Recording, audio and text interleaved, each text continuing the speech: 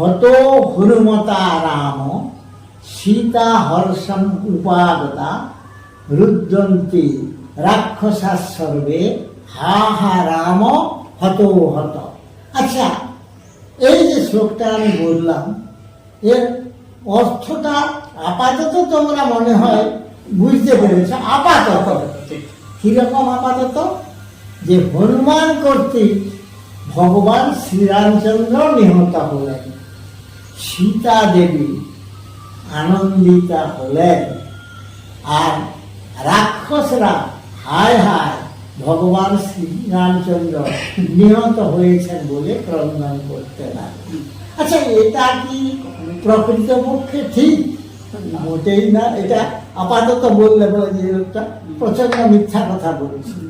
আপাতত বলছে, যারা সংস্কৃত সম্বন্ধে যাদের সাধারণ একটু জ্ঞান নেই তারাই বলবে, বা বাংলা ভাষা সম্বন্ধে। এটা তাহলে কিভাবে হয়? শুধু এর মূল অর্থটা নিহিত আছে একটা মাত্র সন্ধির মাধ্যমে, হনুমতা রাম। এটাকে সন্ধি বিচ্ছেদ করলে হয় হনুমতা যুক্ত আরাম। মানে বাংলা বা সংস্কৃতের একই নিয়ম, সন্ধি বিচ্ছেদের। অকার কিংবা আকারের পর অকার কিংবা আকার থাকিলে উভয় মিলিয়া আকার হয়, আকার পূর্ববর্ণে যুক্ত হয়। হনুমতা যুক্ত আরাম, হনুমতা আরাম।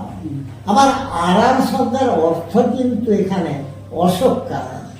হনুমান অশোক কানন ধ্বংস করেছিলেন, তাতে সীতা দেবী আনন্দিতা হয়েছিলেন, কিন্তু রাক্ষসরা তাতে বিলাপ করেছিলেন।